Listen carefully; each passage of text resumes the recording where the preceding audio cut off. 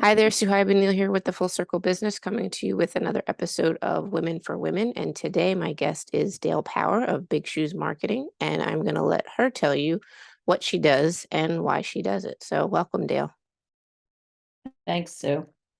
What I've been doing for the last 22 years is running a marketing consultancy for small businesses. And now I've shifted a bit. And because I've seen so many small businesses that don't operate with a marketing plan. So I do two things. One is I work with them to create strategy and marketing plans, which are not things that sit on the shelf, but they're working plans that should be very close to your desk. And then I create groups of them that are not competitive and in what we call masterminds, so that they can go through their strategy and tweak it and hear other people's challenges, which are very similar. There really not too many new challenges. They look different because they're in different businesses. But it's tremendously helpful. Good ideas, a lot of good networking and good referrals, but also, they tend to move faster that way.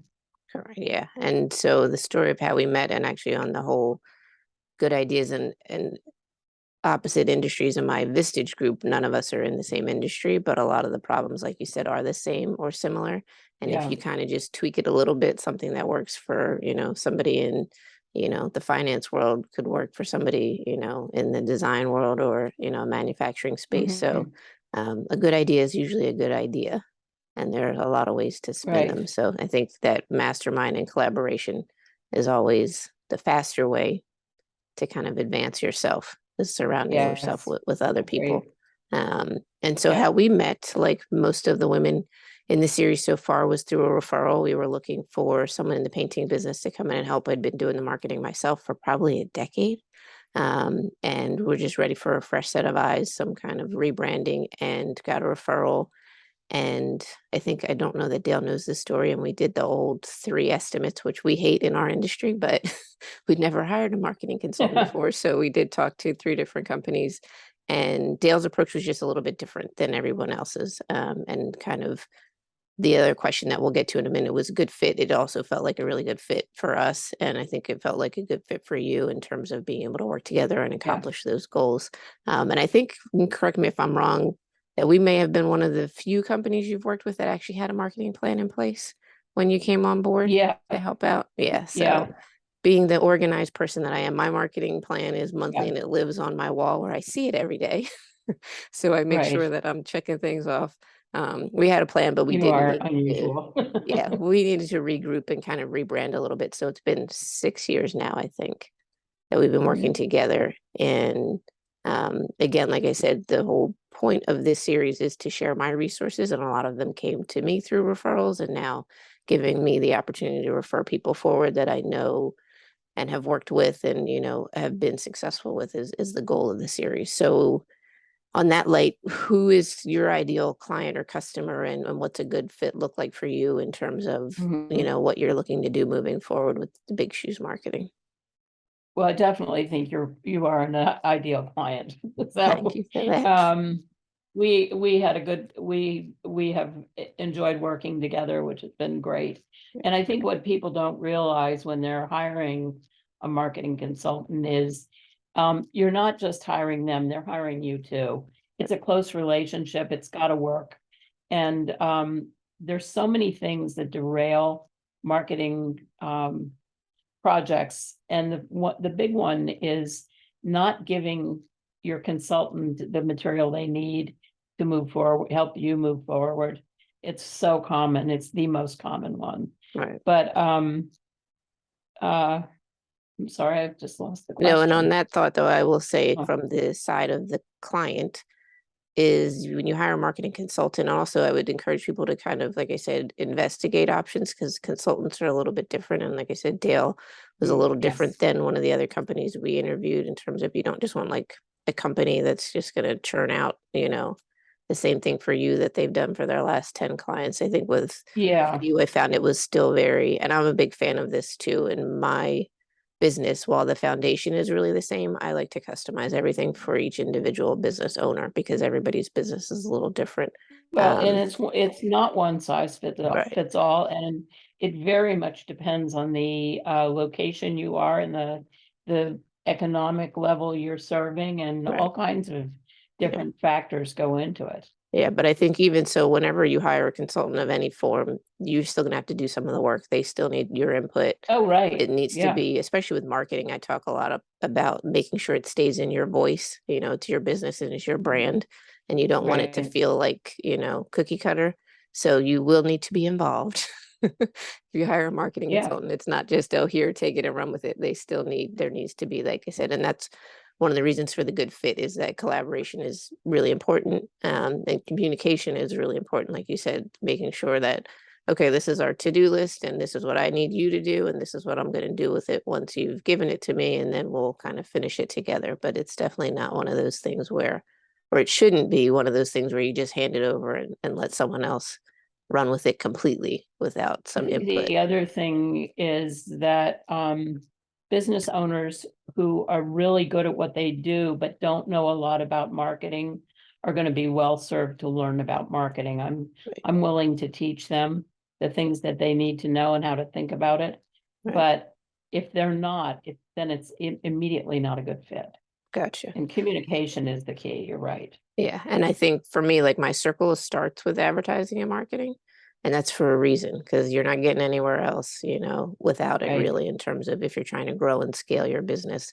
Yeah. You really have to. I think a lot of people focus so much on sale, sale, sale, and it's like, well, where are your Mm, leads coming from? right. So I think I always encourage people to remember that everything starts and ends with that advertising and marketing and that branding and that message that you're putting out to the world. Yeah. So The um, messaging is so important. yeah. And now, in all of your years of experience, we always do a couple of tips. Is there something that you've seen kind of people get tripped up on or misconstrue Yeah, I or mean, I think the things we've talked about, one right? is learning how to think about marketing, Okay. because you have to know what goes first and what's important. You have to understand your customer really well. Yeah. You also have to understand your competitors well. And then you have to understand in the customer, what are the things that they really value. I was talking to somebody the other day who has it doesn't matter what kind of company, he's a contractor. And he's coming into the main line where we live, Right. outside Philadelphia. And their branding really needs some work. They have, they look like an industrial company. Right. And it's just, if it's going to be residential in this area, it's not going to fly very well for him. And for those of you who don't know about the main line of Philadelphia, it's very old, a lot of old money, a lot of prestige. You can go Google us and read the story, but it is a very unique part of the country. And so, like you said, knowing where you are and who your target audience is really important in making sure that, like you said, the branding and the messaging will Yeah, resonate with them. I always tell people too, I think in my work as a consultant, I'm always dealing with busy business owners who are overloaded. And I always tell them when it comes to marketing, you have to stop thinking like a busy business owner and think yeah, like a customer. So you have to kind of yes, put yourself in the other side of things. And like if you were a customer, what would you want to see and yeah. how would you want it to be presented, and what would pique your interest and make you pick up the phone and call? So it is, And like you said, yeah, that I think with education that part. busyness is, if things are so busy, then I recommend that in the plan, there may be three different things that you do consistently. Right. If you can only do three things, that's a lot, but they have to be consistent every week. Yeah. And that's the other thing. It's people don't realize how incredibly important consistency is. Yeah. That's the true secret to success, I always say. And I think on the creative side of things, it's interesting. People think of marketing and they think of like Super Bowl ads and all the creativity that goes into Yeah, this, right. wacky or out of the box things. And the true measure of success in marketing, like you said, does have to do with the consistency more than it does with how creative you can get. My writing teacher always used to tease and say that ideas are a dime a dozen, But writing a story that has a beginning, a middle, and an end is a whole nother can of worms. So with the Yes, marketing, having that right, plan, I think really makes the difference in, yes, yes, you're busy, but if you're executing weekly or monthly consistently, what happens is your leads become consistent and it makes it a little easier to run the right, business. So, right. any other tips, things that you've seen over the years that you would add or I think, include? well, probably lots. I mean, Okay. taking a, yeah, I think interviewing your customers every once in a while. Right. Um, taking a look at, I put it into a graph, or into a table of Right. looking at your competitors and seeing what they're doing, looking at their messaging, talking to your customers, listening for words that when you ask them what they want, listening for common words that keep coming up and again and again and again. Right. Things like that. And then Okay. having a plan. Right. Honestly, most people plan long weekends much better than they plan their marketing. So, Yeah. true.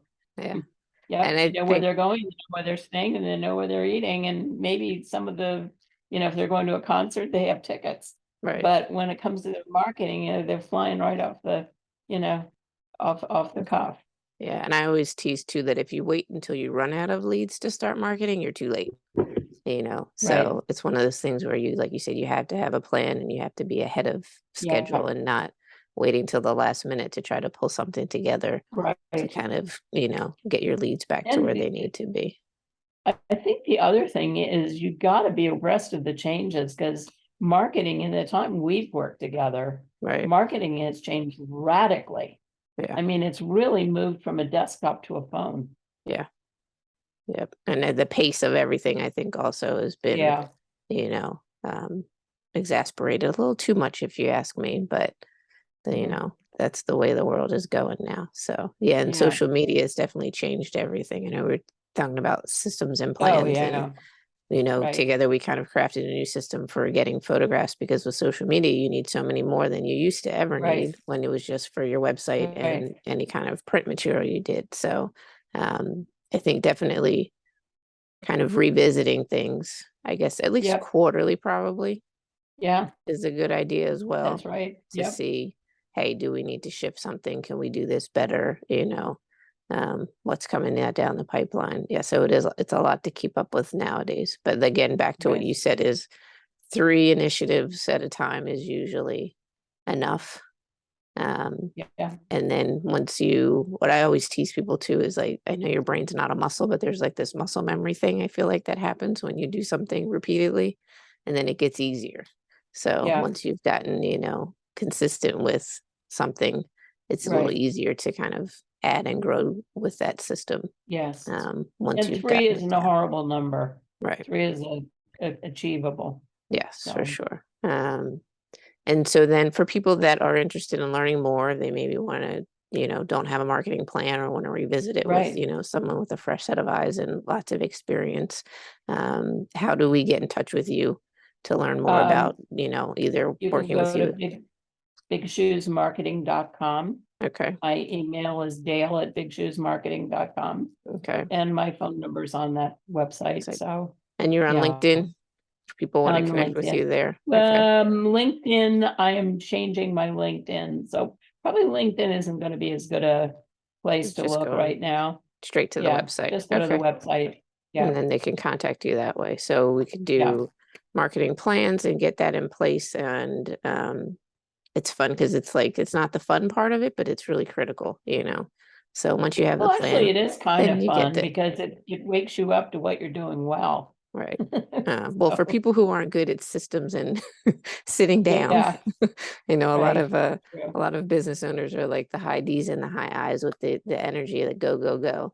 Um, Yeah, but I think it definitely, and I think you said, like, we had one, and over the years of working together, it's gotten better and better and better. And now it's in my head. I don't even have to write it down. I still write it right. down because I like to check Yeah, things off. There's a all nice, right. what is Yep. it, that dopamine rush you get when you check something off. Yes. Uh-huh. Um, but I think, it definitely makes life easier to have something that you can look back at and say, hey, I got 2 of these 3 things done. I need to carve out Right. some time to finish this off. So once And you it have the gives you a plan, chance to measure too. you know? True. Yeah. And actually, I talk about that a lot in that stop on my circle. The last thing you need to do is track. And I think a lot Right, of people have no idea how their marketing is performing. right. I And agree. then you could be wasting time and money if you're not, in front of the right Yep, audience and you're not tracking it. So yeah, that is another key, is that plan it and execute it and then, repeat it monthly and tweak it, but then make sure you're tracking it so that, yep, the things that work, you keep doing, and the things that don't work, you either tweak or eliminate. So yeah, um I know we tease because in our painting business, we still do direct mail. And a lot of people, like you said, everything's on the phone now and everybody's online. But it still works for us because we've yep, gotten in front of the right audience and we've got the yeah, right message, and nobody else is really doing it. So, you're kind of exactly. in a little lane all by yourself. So there are ways to do it. Because I've heard people say, "Oh, I did a direct mail campaign, it didn't work." I'm like, "Okay, well, how many pieces did you mail?" One. Right, So it right, takes a little more than that usually. for But I sure. think Yeah, exploring options, picking, like you said, those top three to get started, and being consistent really goes a yeah, long way. Um, so we're going to bigshoesmarketing.com and we can connect with you there. yep, You can find Dale on LinkedIn. She's doing something new and cool, which we may come back and talk about in another episode of Women for Women down the line. Like me, she's kind of got two things going on right now, but we'll leave that as a teaser and save that for later. that's good. And yeah, any final closing thoughts before we wind down? And I would say the only other thing I would say is, there's a value in doing experiments with okay, ideas that you have. You don't have to do them in a big way. You can take a little slice of them and just start trying them out in little ways. right. And, that keeps your interest perked and, keeps you moving too. Yeah, and when I talk about budgeting, I always tell people save a little money for something that might come up down the Right. line, that you might want to try. Because like you said, you never know when an opportunity Yeah. presents itself, Yeah, what might pan out, if you have, exactly. the time and the money to put the effort behind it. So, Yep. well, Yeah. thank you again for all of Yeah. the Thank you. tips and information. I think it's funny because everybody thinks of me as a systems person, which is true, but I do have a creative side and I love marketing. So it's always fun when Yeah. I get to talk about marketing as well, and help people on, the creative side of things, but with a system behind it to make it, like you said, Right. Yeah, consistent that's key. is the key. Right. So, Okay. all right. Thanks, So, well, Sue. thank you. And we'll see you back here for the next episode of Women for Women. Great. Thanks.